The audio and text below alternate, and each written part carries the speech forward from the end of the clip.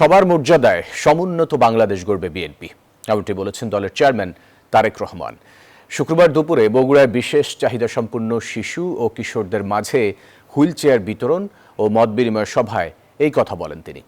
জেলার হোটেল নাজ গার্ডেনে এই আয়োজন করা হয়। তারেক রহমানের সঙ্গে ছিলেন তার সহধর্মিণী ডাক্তার জুবায়দা রহমান। অনুষ্ঠানে থাকা এসব শিশু ও কিশোর সিএসএফ গ্লোবাল নামে একটি প্রতিষ্ঠানের সহায়তার বৃত্তিমূলক নানা প্রশিক্ষণ নিয়েছে।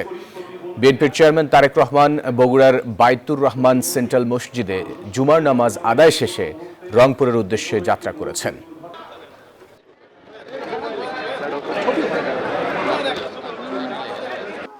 আমার মনে হয় সিএসএফ গ্লোবাল যেই কাজটি করছে, আমরা যদি সামাজিক অবস্থান হোক, রাজনৈতিক অবস্থান হোক, রাষ্ট্রীয় অবস্থান হোক, সকল অবস্থান থেকে যদি আমরা এই মানুষগুলোর পাশে এসে দাঁড়াই, তাহলে আমি ব্যক্তিগতভাবে বিশ্বাস করি যে বাংলাদেশ অনেক প্রতিভা বের করতে পারবে, অনেক প্রতিভাবান মানুষকে বের করে নিয়ে আসতে পারবে, যাদের বিভিন্ন সেক্টরে প্রতিভা আছে। আগামী দিনগুলোতে এই ধরনের মানুষ যারা আছে, প্রতিবন্ধী মানুষ যারা আছে, আমাদের আশেপাশে যারা আছে, আমরা যে যার অবস্থান থেকে যতটুকু সম্ভব তাদের পাশে এসে দাঁড়াই।